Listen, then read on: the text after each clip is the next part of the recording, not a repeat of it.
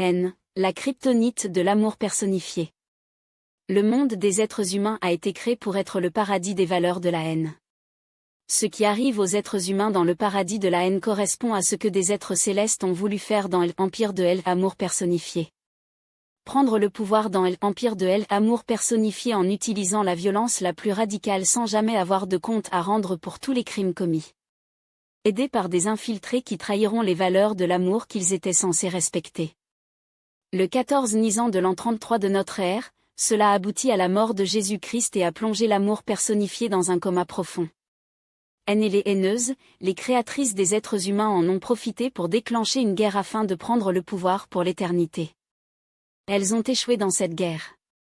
De même que la guerre en 1914 qui les a chassées de l'Empire de Hell, amour personnifié pour les bloquer sur la planète Terre avec leurs créatures, les êtres humains. La troisième guerre aura lieu au moment d'Armageddon afin de libérer les êtres humains de leurs créatrices malsaines et perverses. Avant cela aura lieu la grande tribulation qui sera un dévoilement spirituel et le plus grand bouleversement de toute l'histoire de l'humanité.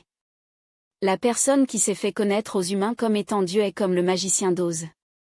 Elle se cache derrière une prétendue entité bienveillante alors qu'elle est en réalité la haine personnifiée ou encore la déesse de la haine. Haine personnifiée et ses adoratrices, les haineuses sont obsédées par le pouvoir, la gloire, la richesse. C'est pourquoi elles ont donné vie au paradis de la haine en créant les êtres humains qui ont servi de cheval de Troie pour prendre le pouvoir dans l'Empire de Hell, amour personnifié.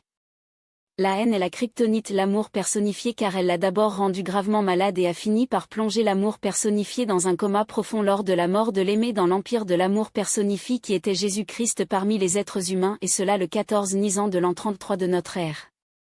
Le monde des êtres humains qui est le paradis de la haine correspond exactement à ce qui définit le bonheur éternel pour concepteur le Créateur, le premier enfant de l'empereur et de l'impératrice de l'empire de Hell, amour personnifié. C'est concepteur le Créateur qui, après avoir rejeté les valeurs de l'amour qui lui ont été inculquées par ses parents a fini par déclencher une guerre afin de prendre le pouvoir dans l'Empire de Hell. Amour personnifié soutenu par 3 des 11 autres enfants de la famille impériale ainsi que par toutes celles et tous ceux qui ont fini par rejeter les valeurs de Hell, amour dans l'Empire de Hell, amour personnifié. L'aboutissement de cette guerre galactique sera connu par les êtres humains d'abord avec le cri « paix et sécurité », ensuite avec la grande tribulation qui sera un dévoilement spirituel. Et enfin Armageddon qui verra la libération de tous les êtres humains de leurs créatrices malsaines et perverses que sont haine personnifiée et ses adoratrices les haineuses.